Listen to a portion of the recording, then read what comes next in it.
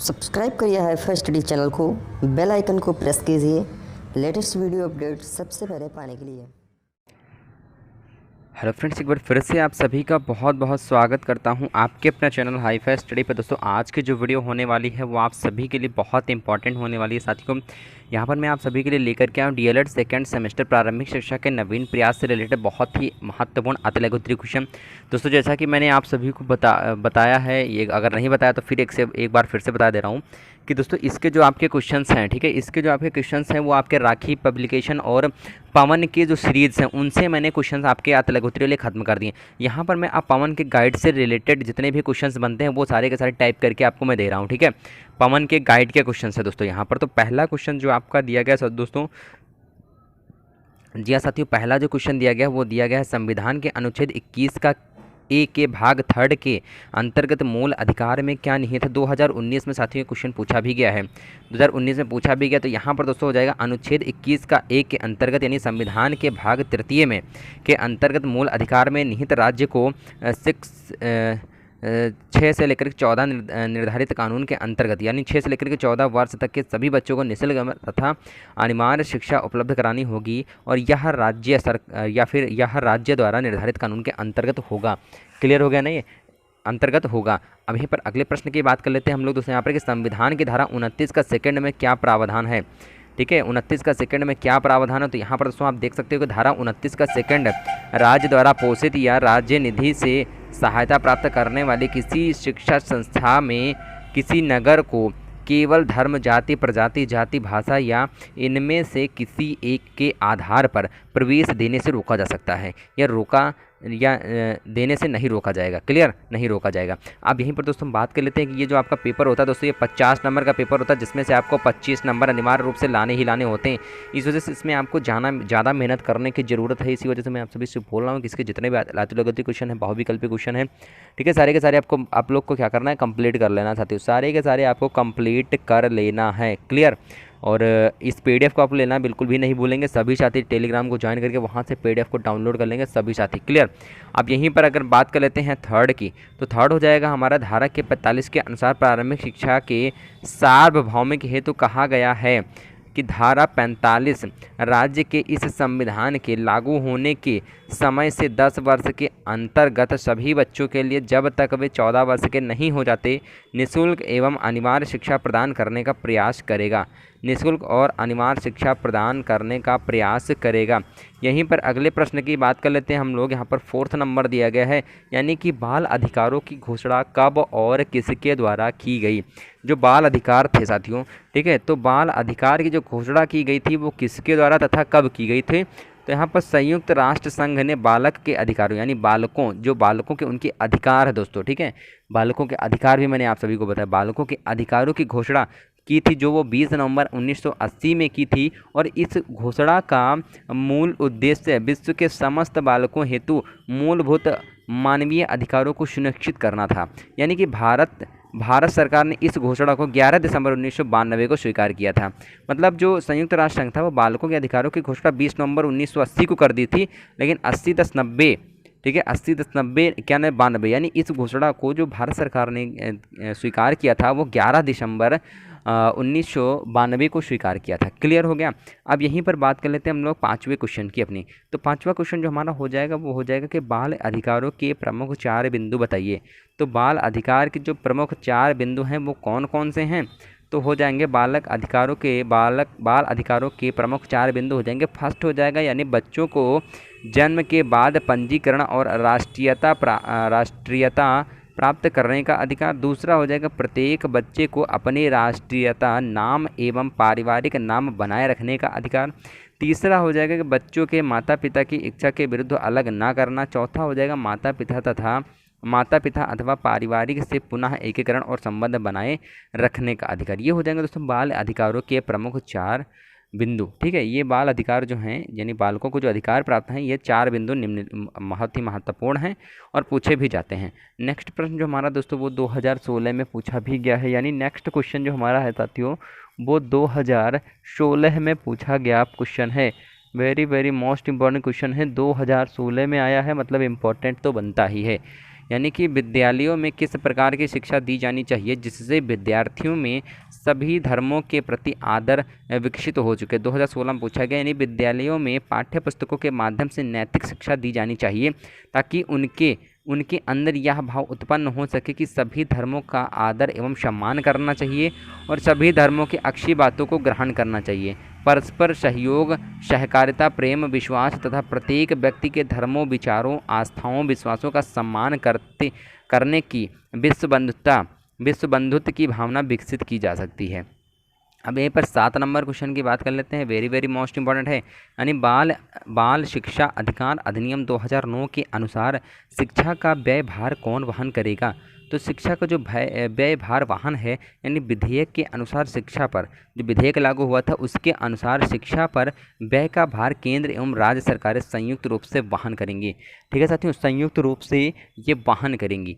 अब यहीं पर 8वें क्वेश्चन की ओर चलते हैं, यानी बाल शिक्षा अधिकार के अंतर्गत निःशुल्क शिक्षा उपलब्ध कराने पर सरकारी व्यय प्रति वर्ष कितना बढ़ेगा? तो प्रतिवर्ष जो व्यय बढ़ेगा दोस्तों, यानी बाल शिक्षा अधिकार के अंतर्गत सभी को मुफ्त शिक्षा उपलब्ध कराने पर सरकारी व्यय प्रतिवर्ष 12,000 करोड़ का भार बढ़ेगा। क्लियर, 12,000 का। अब यहीं पर अगला प्रश्न जो हमारा दोस्तों आता है वो आप सभी का 2019 और 2015 में पूछा गया क्वेश्चन है। जी हाँ साथियों, 2019 और 2015 में पूछा गया क्वेश्चन है, यानी कि वेरी वेरी मोस्ट इंपॉर्टेंट ये भी आपके लिए बनता है।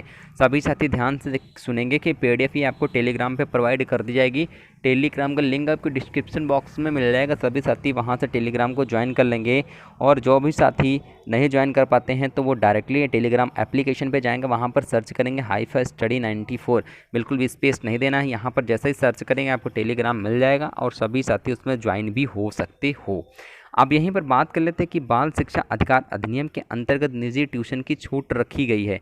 या साथियों, निजी ट्यूशन की छूट रखी गई है, यानी कि सरकारी स्कूलों में गुणवत्ता युक्त शिक्षा उपलब्ध कराने के लिए कई प्रावधान किए गए हैं। शिक्षकों को निजी ट्यूशन चलाने की छूट नहीं होगी। साथ ही शिक्षकों को गैर शिक्षण गतिविधियों में भी शामिल होने से रोका जाएगा। मतलब जो सरकारी स्कूल हैं उनके जो टीचर्स हैं वो अच्छा तो है नहीं कि वो जाके और फालतू में से तुक्का मार के टीचर बन गए हैं। मतलब उन्होंने अच्छी तैयारी की है और अच्छे पढ़े लिखे भी होते हैं, लेकिन क्या होता है कि वही होता है, मतलब कस के मेहनत कर लेते हैं। किसके लिए? नौकरी के लिए कर लेते हैं, पैसों के लिए मेहनत कर लेते हैं। मेहनत करने के बाद वो जब उनको बच्चों को पढ़ाना होता है तो पढ़ाते नहीं, बच्चों को कहानी सुनाते हैं। कहानी सुना के बैठ के और प्राइमरी स्कूलों में सोया करते हैं जितने भी अध्यापक होते हैं, लगभग अध्यापक, ठीक है, हम सबकी बात नहीं कर, 90% अध्यापक ऐसे हैं जो सोया करते हैं। वहाँ पर जाके बच्चे अपना कहानी सुना रहे हैं, चलो एक दूसरे को कहानी सुनाओ, एक दूसरे से खेलो, ये वो खाना खाना है, ठीक है, बस यही होता है। पढ़ाई वढ़ाई के नाम पे कुछ नहीं होता है, बिल्कुल भी नहीं होता है, ठीक है। मैं देखता नहीं हूँ, बिल्कुल भी पढ़ाई वढ़ाई के नाम पे कुछ नहीं होता है। बस क्या होता है कि इस तरह में हम लोग कह सकते हैं कि हाँ, जो सरकार है वही चूतिया है, ठीक है। सरकार जो है वो बेवकूफ़ है, जो ऐसे टीचरों को फालतू में पैसा दे रही है, ऐसे टीचरों को कि जो पढ़ा नहीं पाते हैं। और क्या होता है कि टीचर्स अभी तो पढ़ते हैं, लेकिन बाद में जब पढ़ाने का टाइम आता है तब वो सब कुछ भूल जाते हैं। मतलब धीरे धीरे उनकी प्रैक्टिस खत्म हो जाती है। अब तो यही सोचते हैं ना कि हाँ, अब तो हमको सरकारी नौकरी मिल गई है और हम आराम से अब तो पैसा ही छापेंगे, क्या मतलब है पढ़ने का। तो वो क्या होते हैं, पढ़ाई उनकी छूट जाती है और फिर क्या होते हैं कि उनकी एक आदत बन जाती है कि हाँ, जाना है स्कूल, बैठे रहना, चले आना है घर, और 45 से 50 हज़ार रुपये मंथ हमको अकाउंट में तो मिल ही जाएगा, ठीक है। तो ये भावना बिल्कुल भी नहीं होनी चाहिए। इसी वजह से सरकार ने ट्यूशन चलाने की भी रोक लगा दी है। साथ में शिक्षक को गैर शिक्षक विधियों, यानी कि जैसा ट्यूशन पढ़ा के अलग से पैसा लेना, तो ये सब बंद कर दिया गया है। अब यहीं पर बात कर लेते हैं, लेकिन हाँ, मैं आपसे यही उम्मीद करता हूँ कि अगर आप लोग में से जो भी सरकारी टीचर्स बन जाएंगे तो वो बिल्कुल भी ऐसा नहीं करेंगे, ठीक है, बिल्कुल भी ऐसा नहीं करेंगे। पूरे मन तन से बच्चों को पढ़ाएंगे, बिल्कुल भी उनके प्रति कुछ भी नहीं रखना कि हाँ, बच्चे हैं यार, वो क्या समझते हैं, आप बताओ यार, बच्चे हैं, वो जो आप कहोगे यार, उस टाइम बाल्यावस्था होती है, जो आप कहोगे वही करेंगे बच्चे, ठीक है। अब कोई बड़ा बच्चा हो तो वो समझदार हो कि हमारे साथ ये हो रहा है, ये सर हमारे साथ ये कर रहे हैं, ये गलत कर रहे हैं। तो यहाँ पर अब छोटे बच्चे हैं, उनका अभी दिमाग ही विकसित हो रहा है। अगर आप उन्हें ऐसी भावनाएं डाल दोगे उनके दिमाग में कि हाँ, नहीं पढ़ना है, तब तो यार बच्चे तो हैं, जिसमें ढालोगे उसी में ढल जाएंगे। क्लियर। तो अब नेक्स्ट प्रश्न की बात कर लेते हैं। यहाँ पर 10 नंबर, यानी बाल शिक्षा अधिकार कानून को लागू करने हेतु प्रदेश में कितने प्राथमिक स्कूल तथा कितने उच्च प्राथमिक विद्यालय चाहिए? तो उत्तर प्रदेश में, यानी कि बात कर लेते हैं हम लोग प्रदेश में, उत्तर प्रदेश के तो उत्तर भी हो जाएगा, प्रदेश में शिक्षक अधिकार कानून को लागू करने के लिए 4596 नए प्राथमिक स्कूल, 2349 नए उच्च प्राथमिक विद्यालय व अन्य आवश्यक सुविधाओं का विकास करना होगा, जिसका अनुमानित खर्च 3800 करोड़ है, जिसका अनुमानित खर्च 3800 करोड़ रुपया है। अब यहीं पर अगले प्रश्न की बात कर ले तो दोस्तों इम्पॉर्टेंट है कि सर्व शिक्षा अभियान के अंतर्गत 31 मार्च 2009 में कुल कितना व्यय हुआ। तो 31 मार्च 2009 में कुल व्यय हुआ जो दोस्तों वो सभी बुनियादी शिक्षा के दायरे में लाने के लिए प्रदेश में सन 2001 से 2002 सर्व शिक्षा अभियान की शुरुआत हुई थी और इस अधिनियम के अंतर्गत 31 मार्च 2009 तक सूबे में रुपये 13,328.79 करोड़ खर्च किए जा चुके थे। अगला प्रश्न हमारा दोस्तों है वो 2016 में पूछा भी गया है। सभी साथी एक बार वीडियो को लाइक कर दें। जो भी साथी अभी तक वीडियो को लाइक नहीं किया तो सभी साथी एक बार वीडियो को लाइक कर देंगे। और नेक्स्ट क्लास जो हमारे दोस्तों होगी वो 11 बजे की बहुत ही ताबड़तोड़ मॉक टेस्ट लेकर के आया हूँ, आप सभी के लिए लेकर के आऊँगा। बहुत ही ताबड़तोड़ मॉक टेस्ट होगा दोस्तों 11 बजे की क्लास में, ठीक है। तो यहाँ पर भारत के एक पंथ निरपेक्ष राष्ट्र की घोषणा का उल्लेख कहाँ पर है। तो संविधान के 42वें संशोधन में है, संविधान के 42वें संशोधन में है। अगला प्रश्न हो जाएगा दोस्तों यहाँ पर कि समवर्ती सूची में दिए गए विषयों पर नीति एवं कानून बनाने का अधिकार किस सरकार को है। या किस सरकार को है। तो दोस्तों 2016 में पूछा गया क्वेश्चन है, वेरी मोस्ट इंपॉर्टेंट भी है। और यहाँ पर हो जाएगा दोस्तों, यहाँ पर हो जाएगा केंद्र एवं राज्य सरकार। जी हाँ साथियों, केंद्र सरकार को भी है इसका अधिकार, राज्य सरकार को भी है। और यहाँ पर अभी तक जो भी साथी चैनल को सब्सक्राइब नहीं किए तो चैनल को सब्सक्राइब कर लेंगे, वीडियो को लाइक कर देंगे, वीडियो को ज़्यादा से ज़्यादा अपने दोस्तों के साथ शेयर भी कर देंगे। अगला प्रश्न दोस्तों जो हमारा हो जाएगा वो भी साथियों 2019 में पूछा भी गया है, यानी कि भारत में निःशुल्क एवं अनिवार्य शिक्षा की उन्नति में मुख्य कठिनाई क्या है। मुख्य कठिनाई क्या है, यानी मुख्य कठिनाई इसकी पहली हो जाएगी सुविधाओं की सार्वभौमिकता का अभाव हो जाएगा। दूसरा सेकंड नंबर हो जाएगा नामांकन की सार्वभौमिकता का अभाव हो जाएगा। और तीसरा शिक्षा को बीच में छोड़ने की सार्वभौमिकता, यानी कि शिक्षा क्या होता है, आप जिस क्लास में पढ़ रहे हो एग्जाम देने से पहले आप उस क्लास को छोड़ दें, कि पढ़ाई ही छोड़ दें, तो ये हो जाता है दोस्तों शिक्षा को बीच में छोड़ना। या फिर आप सोचते हैं कि हम इंटर तक पढ़ेंगे, इंटर के बाद आप इंटर तक आपने क्लास 5th में एडमिशन लिया, ठीक है, छोटे बच्चे की बात कर रहे हैं। और वहाँ पर क्या हुआ कि उसने कहा कि हम भैया इंटर तक पढ़ेंगे, मम्मी पापा सबने कहा कि इंटर तक पढ़ेंगे, और उसने क्लास 8th में ही अपनी पढ़ाई छोड़ दी, तो वो हो जाता है दोस्तों शिक्षा को बीच में छोड़ने की सार्वभौमिकता। अब यहाँ पर बात कर लेते हैं दोस्तों कि स्वतंत्रता के समय भारत में साक्षरता कितने प्रतिशत थी। तो यहाँ पर 2019 में पूछा गया है, यानी स्वतंत्रता के बाद भारत की साक्षरता दर 14% थी, जो बढ़कर लगभग 74 हो गई। इस टाइम साक्षरता दर दोस्तों जो हो गई है वो 74% हो गई है। पढ़े लिखे लोग हो गए हैं वैसे, लेकिन क्या होता है, ये कहावत है, पढ़े लिखे गंवार, ठीक है, पढ़े लिखे गंवार आज भी हैं ऐसे लोग, पढ़े लिखे गंवार होते हैं, ठीक है, पढ़े लिखे भी आजकल गंवार होते हैं। अगला प्रश्न दोस्तों यहाँ पर देख लेते हैं हम लोग कि लॉर्ड मैकाले ने अपने विवरण पत्र में भारत में शिक्षा का क्या उद्देश्य बताया है। 2019 में पूछा ये भी गया है। लॉर्ड मैकाले ने अपने विवरण में भारत में शिक्षा का उद्देश्य बताया है अंग्रेजी शिक्षा के माध्यम से यूरोपीय आवश्यकता सुविधाओं को सुलभ कराना। क्लियर। अगला प्रश्न हो जाएगा कि शिक्षा के सार्वभौमिक से क्या आशय है। तो 2019 में ये भी पूछा गया है। शिक्षा का सार्वजनिकरण या लोक व्यापारीकरण का या सार्वभौमिकरण का शाब्दिक अर्थ है शिक्षा का किसी निश्चित स्तर तक सभी लोगों के लिए अनिवार्य एवं निःशुल्क रूप से उपलब्ध होना। क्लियर। ये हो जाएगा दोस्तों हमारा 17 नंबर। अब यहाँ से देखते हैं दोस्तों 18 नंबर दिया गया कि बाल अधिकारों की घोषणा कब और किसके द्वारा की गई है। 2019 में पूछा भी गया है। तो संयुक्त राष्ट्र संघ ने बालकों के अधिकारों की घोषणा 20 नवंबर सन 1989 को की थी और इस घोषणा का मूल उद्देश्य विश्व के समस्त बालकों हेतु मूलभूत मानवीय अधिकारों को सुनिश्चित करना था। अब यहीं पर अगले प्रश्न 19 नंबर की बात कर लेते हैं। तो दोस्तों जो हमारा 19 नंबर है ये 2017 में पूछा भी गया है, प्रीवियस ईयर का पेपर क्वेश्चन है ये। यानी प्राथमिक शिक्षा की प्रमुख समस्याएं निम्नलिखित हैं। कौन कौन सी हैं। फर्स्ट हो जाएगा, उल्लेख कीजिए। तो यहाँ पर फर्स्ट हो जाएगा दोस्तों हमारा कि प्राथमिक शिक्षा का महंगी होना, स्कूलों की अनुपलब्धता, उद्देश्यों की अस्पष्टता, दोषपूर्ण शिक्षण प्रक्रिया, अप्रशिक्षित एवं स्नेहाविहीन अध्यापक, अनुशासन व नवाचारों की कमी इत्यादि हो जाएगा। ये प्राथमिक शिक्षा की प्रमुख समस्याओं का उल्लेख किया गया है यहाँ पर। अगला प्रश्न यहाँ पर देख लेते हैं कि प्राथमिक विद्यालयों में विद्यालय प्रबंध समिति के गठन एवं कार्यों का वर्णन कीजिए। 2017 में ये भी पूछा गया है। यानी फर्स्ट कार्य इसके कौन कौन से हो जाएगा। जो इसका फर्स्ट कार्य हो जाएगा वो हो जाएगा विद्यालय के आस पड़ोस में रहने वाली जनता को बाल अधिकारों की समस्या एवं रचनात्मक तरीकों से जानकारी देना। क्लियर। दूसरा पॉइंट हमारा इसका हो जाएगा समिति विद्यालय में नियुक्त अध्यापकों के विद्यालय में उपस्थित होने से में नियमितता एवं समय पालन, यानी माता पिता के साथ नियमित बैठक करना और बालकों के बारे में जानकारी देना। क्लियर। यहीं पर बात कर लेते हैं हम लोग विद्यालय के आस पड़ोस में 6 से 14 वर्ष के सभी बालकों के विद्यालय में नामांकन और उनकी सतत उपस्थिति सुनिश्चित करना होता है 6 से 14 वर्ष तक के। यहीं पर 21 नंबर की बात कर लेते हैं हम लोग। यहाँ पर दिया गया कि संविधान के अनुच्छेद 21 का एक भाग के थर्ड अंतर्गत मूल अधिकारों में क्या निहित है। तो मूल अधिकारों में दोस्तों यहाँ पर जो अनुच्छेद 21 का एक भाग के थर्ड के अंतर्गत मूल अधिकार में निम्न बातें निहित हैं, जो हो जाएगा राज्य को 6 से 14 वर्ष तक के बच्चों को निःशुल्क तथा अनिवार्य शिक्षा उपलब्ध करानी होगी। क्लियर, ये हो जाएगा हमारा। अब यहीं पर 22 नंबर की हम बात कर लेते हैं। तो यहाँ पर दिया गया दोस्तों बाल शिक्षा अधिकार नियम के अंतर्गत क्या निजी ट्यूशन की छूट प्राप्त है। तो इसका जो आंसर हो जाएगा दोस्तों वो नहीं हो जाएगा। जैसे मैंने अभी आपको ऊपर बताया, निजी ट्यूशन की आवश्यकता बिल्कुल भी नहीं है, बिल्कुल भी छूट नहीं है यहाँ पर। अब दोस्तों यहाँ पर सेकंड नंबर हो जाएगा जो कि दूसरे चैप्टर का दिया गया है यहाँ पर कि कलकत्ता मदरसा की स्थापना कब और किसने की थी। तो कलकत्ता मदरसा की स्थापना दोस्तों 2019 में क्वेश्चन पूछा भी गया है। तो इसकी स्थापना हुई थी 1781 में प्रथम गवर्नर जनरल वॉरेन हेस्टिंग ने की थी। क्लियर, वॉरेन हेस्टिंग ने की थी। अगला प्रश्न हो जाएगा कि मिशन स्कूलों की 4 विशेषताएं लिखिए, 2019 में पूछा भी गया है।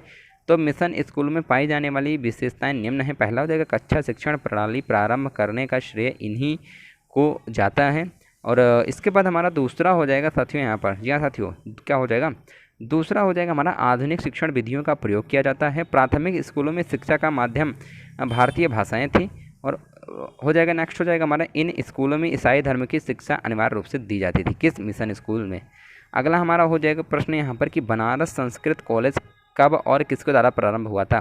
तो 1791 में जोनायल डंकन के प्रयासों से बनारस संस्कृत कॉलेज जो है वो प्रारंभ किया गया था, प्रारंभ हुआ था। अगला प्रश्न हो जाएगा कि कलकत्ता मदरसा की स्थापना का उद्देश्य क्या था। तो कलकत्ता मदरसा की स्थापना का मुख्य उद्देश्य इस्लाम धर्म तथा मुस्लिम कानूनों की शिक्षा देकर अंग्रेज न्यायाधीशों के लिए मुस्लिम सलाहकार तैयार करना था। अगला प्रश्न हो जाएगा हमारा 6 नंबर हो जाएगा कि बनारस संस्कृत विद्यालय की स्थापना का उद्देश्य क्या था। 2016 में पूछा कि बनारस संस्कृत विद्यालय की स्थापना का उद्देश्य मनुस्मृति पर आधारित हिंदू कानूनों की शिक्षा देकर अंग्रेज न्यायाधीशों के हिंदू सलाहकार तैयार करना था। ठीक है, हिंदू सलाहकार ये तैयार करते थे। बनारस संस्कृत विद्यालय की स्थापना का उद्देश्य यही था। अब यहीं पर बात कर रहे थे पूना संस्कृत कॉलेज का स्थापना या कॉलेज की स्थापना किसकी सहायता से कब हुई। तो 1821 में हुई थी। पूना के रेजिमेंट एल्फिंस्टन ने पेशवा के दक्षिण कोष की सहायता से पूना संस्कृत कॉलेज की स्थापना की थी। अगला प्रश्न हो जाएगा कि राधा कृष्ण आयोग की नियुक्ति कब हुई थी। या साथियों राधा कृष्णन आयोग की नियुक्ति कब हुई थी। तो राधा कृष्णन आयोग की नियुक्ति 4 नवंबर 1948 को की गई थी। ठीक है, एक बार पुनः मैं बता रहा हूँ, सभी साथी पीडीएफ को ले लेंगे। बहुत ही इंपॉर्टेंट पीडीएफ है, बहुत ही मेहनत की जाती है आप लोगों के लिए पीडीएफ को टाइप करने में। ठीक है, तो सभी साथी इसको डाउनलोड जरूर कर लेंगे और वीडियो को तो लाइक कर ही देंगे सभी साथी। ठीक है, सभी साथी भाई वीडियो को लाइक जरूर कर देंगे। अगला प्रश्न हो जाएगा हमारे दोस्तों कि माध्यमिक शिक्षा आयोग के अध्यक्ष कौन थे तथा इनकी नियुक्ति कब हुई। तो माध्यमिक शिक्षा आयोग के अध्यक्ष डॉक्टर लक्ष्मण स्वामी मुदालियर थे और इसी कारण इस आयोग को मुदालियर आयोग भी कहा जाता है। और इसकी नियुक्ति जो हुई थी तो वो 23 सितंबर 1952 को हुई थी। 23 सितंबर 1952 को हुई थी। अगला प्रश्न हो जाएगा दोस्तों यहाँ पर जी हाँ साथियों, अगला जो हमारा प्रश्न हो जाएगा वो हो जाएगा ईस्ट इंडिया की आज्ञा पत्र का पुनरावृत्ति किसके द्वारा किया जाता था। 2016 में ये भी पूछा गया है। तो कंपनी के आज्ञा पत्र का 20 वर्ष के पश्चात ब्रिटिश पार्लियामेंट द्वारा पुनरावर्तन किया जाता था और इस उद्देश्य के 1813 के आज्ञा पत्र को पार्लियामेंट के समक्ष प्रस्तुत किया गया और इस आज्ञा पत्र के पश्चात विवाद को जन्म दिया। ठीक है दोस्तों, तो ये थे आप सभी के वेरी मोस्ट इंपॉर्टेंट क्वेश्चन जो आपके एग्जाम में पूछे भी जाते हैं, काफ़ी सारे प्रीवियस में पूछे भी गए हैं। और अभी तक चैनल को सब्सक्राइब नहीं किया तो चैनल को सब्सक्राइब कर लेंगे, साथ में वीडियो को तो लाइक कर ही दोगे सभी साथी, और साथ में PDF लेना बिल्कुल भी नहीं भूलेंगे, बहुत इंपॉर्टेंट वीडियो है। तो आशा करते हैं वीडियो आपको पसंद आया होगा। अगर वीडियो पसंद आया तो वीडियो को लाइक कर दीजिएगा, अपने दोस्तों के ज़्यादा से ज़्यादा शेयर भी करिएगा। तब तक के लिए थैंक यू सो, जय हिंद, जय भारत, वंदे मातरम। मिलते हैं फिर से नए नेक्स्ट वीडियो के साथ।